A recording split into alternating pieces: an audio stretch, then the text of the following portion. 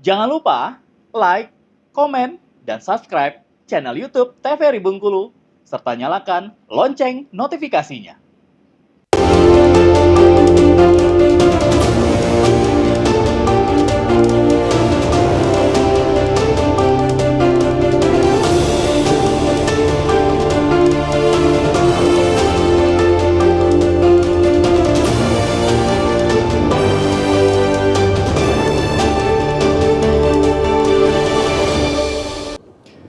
Terima kasih pemirsa TVRI Bengkulu, Anda kembali menyaksikan Berendo masih bersama saya Afriko Zuhri, dan tentunya di studio TVRI Bengkulu kali ini bersama dengan Pak Haji Sapwan dan juga Pak Dr. Zaki. Baik, tadi kita membahas terkait dengan kepemimpinan Bengkulu di masa depan gitu ya. Kalau melihat ataupun mungkin mengevaluasi dari Bengkulu saat ini sebetulnya menjadi kekurangan atau menjadi kendala untuk Bengkulu sendiri bisa lebih baik. Ini seperti apa nih? Mungkin dari Pak Zaki. Ya, Bengkulu bisa lebih baik. Iya. Bisa lebih baik. Artinya kalau kita belajar dari misalnya kesalahan dan kekeliruan di masa lalu, Bengkulu bisa melangkah jauh lebih baik. Ya. Karena itu memang kuncinya ada pada, kalau kita ibaratkan bis ya drivernya ini yang memegang peranan ya. Kita mau speed berapa itu tergantung sopirnya ya, yang nyetir, yang membawa bis itu ya. Kalau kita speed kita 30-40 ini lambat nih nyampe ini. Jadi kita berarti harus speednya ini harus 70, harus 80 ya. Nah, tentu untuk bisa mencapai speed 70-80 seperti misalnya daerah-daerah tetangga kita Sumatera Selatan, Lampung misalnya, itu tentu harus drivernya harus handal ya, harus punya wawasan ke depan, dia paham medan, dia tahu kapan harus menikung ke kanan, harus nikung ke kiri ya. Itu harus driver yang handal. Nah, oleh karena itu driver yang handal itu ya bukan hanya dia punya kemampuan networking ya, punya jaringan di pusat, bahkan jaringan di dunia internasional dalam rangka menarik investor itu, tapi juga punya kemampuan dari segi marketing ya. Karena begini ya, tadi saya katakan kita punya potensi ya, misalnya emas, batu bara, potensi perikanan, kopi, ya, lada, ya kita punya semua itu. Bahkan lada dan kopi kita itu zaman Inggris ketika Raffles tiba di Bengkulu 1818 sampai 1824 ya, lada kopi Bengkulu itu sudah sampai ke Eropa ya, ya tahun itu ya.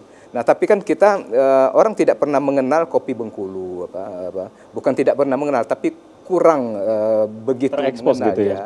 Orang kadang mengenalnya kopi Lampung. Ketika kita tanya, wah itu dari Kepahyang ya. Nah, kemampuan marketing itu memang akan sangat tergantung nanti di level tim ya. Di level tim itu bagaimana memarketing potensi-potensi kita itu sehingga ketika dikelola orang akan ingat Bengkulu. Sama seperti ini misalnya, ketika Fadel Muhammad itu memimpin Gorontalo ya, dia fokus saja kepada jagung ya. Sehingga orang ketika mendengar jagung, orang ingat Gorontalo. Nah, sebenarnya kita bisa walaupun bisa kita modifikasi. Karena orang bicara kopi ya harus ingat Bengkulu gitu. Orang ingat ikan asin, orang ingat Enggano gitu. Nah, tapi marketing seperti ini kan belum maksimal ya, walaupun itu sudah dilakukan oleh pemimpin-pemimpin sekarang, tapi sebenarnya itu belum maksimal dan bisa dioptimalkan lagi ya, sehingga misalnya di Bandara Soekarno-Hatta itu orang melihat wah ikan asin Enggano, orang melihat langsung kopi Bengkulu, lada Bengkulu ya, sayur mayur di Selupur Rejang, di Curup itu yang luar biasa itu sampai ke Bangkah itu ya. Nah, itu yang secara marketing itu belum mampu kita. Artinya ada potensi yang memang dimaksimalkan gitu ya. Sangat ada. Kedepannya seperti karena potensi itu begitu kita marketing secara itu akan berdampak pada perekonomian ya, akan menggerakkan roda perekonomian, akan menggerakkan faktor-faktor yang lain ya, transportasi, kemudian ya bidang-bidang yang lain ya. Nah, itu yang sekarang ini. Jadi kalau ibarat kita air kolam itu, air itu mengalir terus kita. Ya, mengalir tidak terkurung di dalam kolam itu saja. Ya, jadi orang pun dari luar melihat gitu ya, menjadi titik fokus dari Bengkulu gitu. Tadi kalau disampaikan kopi ya, kita kenalkan kopi Bengkulu gitu, itu menjadi sebagai brand dari Bengkulu. Nah, ini tentunya kalau melihat dari Pak Sapwan sendiri, ini salah satu sosok pemimpin ya. Ini kepala daerah yang ada di Muko-Muko. Melihat networking dan juga berkaitan dengan marketing ini seperti apa sih sebetulnya Pak? Apakah Bengkulu sendiri kurangnya networking atau mungkin dari marketing sendiri ini yang kurang sehingga tidak ada brand yang memang betul-betul muncul nih menjadi sosok Bengkulu itu sendiri? Seperti apa nih Pak?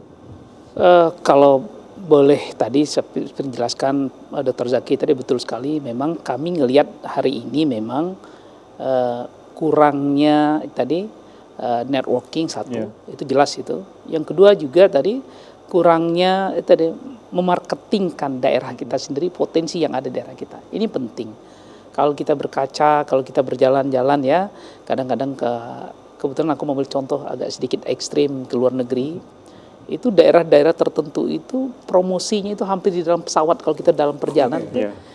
Itu ada iklan sehingga orang yang naik pesawat, para pengusaha yang naik pesawat dan sebagainya ngelihat oh ya ini produknya ini. Coba ini saya ambil contoh simpel. Jadi mereka betul-betul memanfaatkan media-media apakah TVRI lokal, TV secara nasional, semua media digunakan betul-betul bagaimana spending untuk mengenalkan produk-produk daerah masing-masing kearifannya. Tadi seperti Dr. Zaki katakan sayur mayur. Hari ini kota Jakarta sangat orang butuhkan sayur yang istilahnya itu yang tanpa ini ya kimia lagi, yang harga sangat bagus misalnya.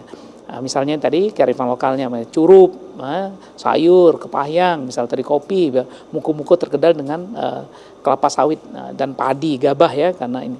Ini tentu ini harus promosi ke depan itu memang pemimpin harus berani tadi mengambil gagasan itu tadi memarketingkan memarketingkan dulu, mengenal dulu bahwasanya kami itu punya keunggulan loh daerah kami. Apa itu? Kepayang, rejang lebong, kopi.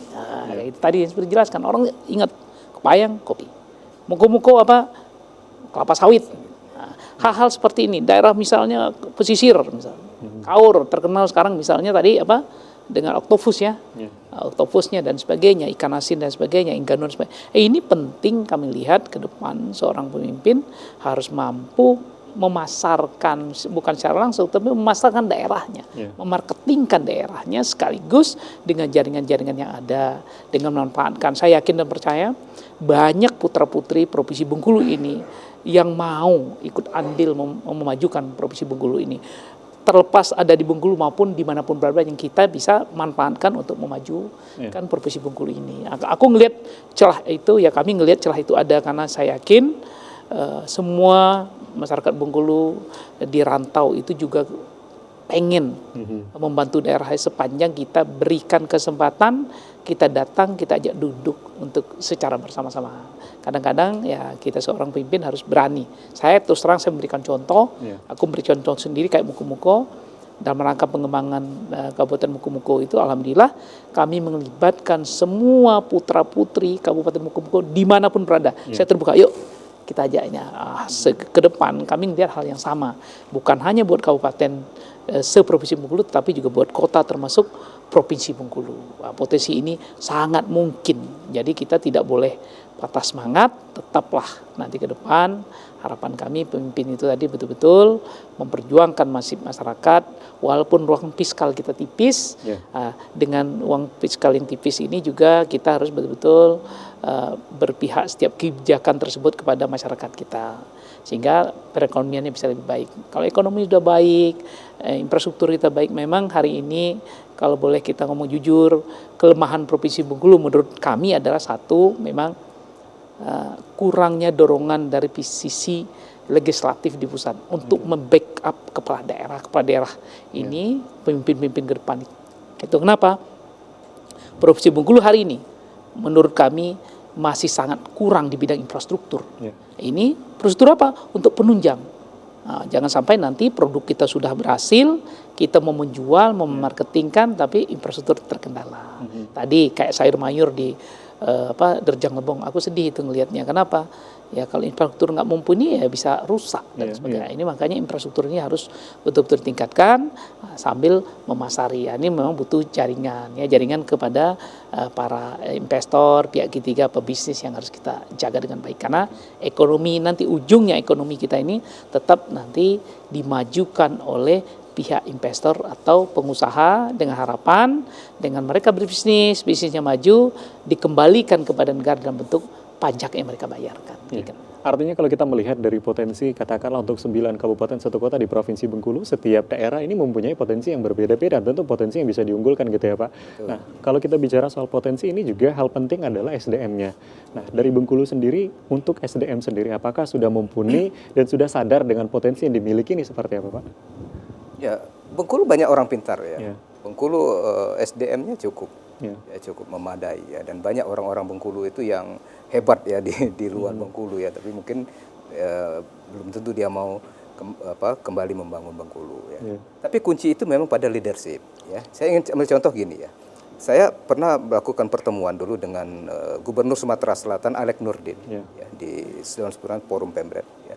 Ketika di awal Pak Alek masuk ya, dia tidak memperkenalkan dia sebagai gubernur Sumatera Selatan. I'm not a governor of South Sumatra, but I'm the Chief Executive Officer South of Sumatra. Dia memperkenalkan diri sebagai CEO ya Sumatera Selatan, ya, bukan sebagai gubernur. Jadi ini mindset ya. Dia memposisi bagaimana mengelola ya sebuah daerah itu dengan manajemen swasta ya, tidak sepenuhnya dengan birokrasi murni ya, yang itu akan terikat dengan berbagai aturan-aturan main, dan yang itu yang akhirnya membuat kita tadi speed kita itu lambat gitu ya. Nah, pemimpin yang ke depan itu menurut saya dia harus bisa sefleksibel mungkin gitu ya, tidak terpaku kepada ikatan-ikatan yang sifatnya birokratis gitu ya. Tapi harus bisa mengambil terobosan-terobosan dengan memposisikan dia sebagai CEO daerah itu. Jadi kita ke depan ini memilih CEO Provinsi Bengkulu. Pemimpin yang fleksibel itu menempatkan sehingga posisi. dia dengan memposisikan sebagai CEO Provinsi, dia bukan hanya sebagai pemimpin birokrasi ya, yang memposisikan orang itu seperti bawahan, seperti apa ya. Enggak. Sekarang pemimpin ke depan itu ya, dia egaliter ya. Sehingga yang di bawah dia itu adalah tim.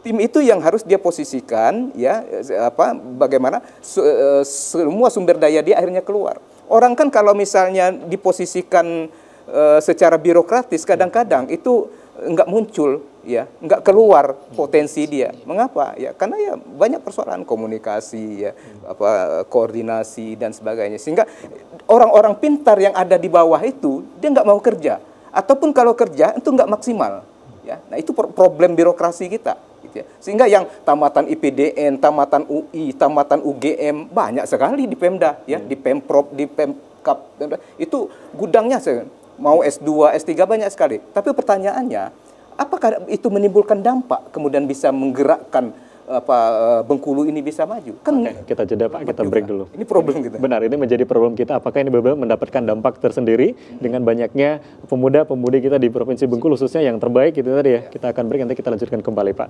Baik pemirsa TVRI Bengkulu, tentunya masih dalam tema kali ini kepemimpinan Bengkulu di masa depan. Kami akan kembali usai jeda pariwara berikut ini. Tetap di Brando.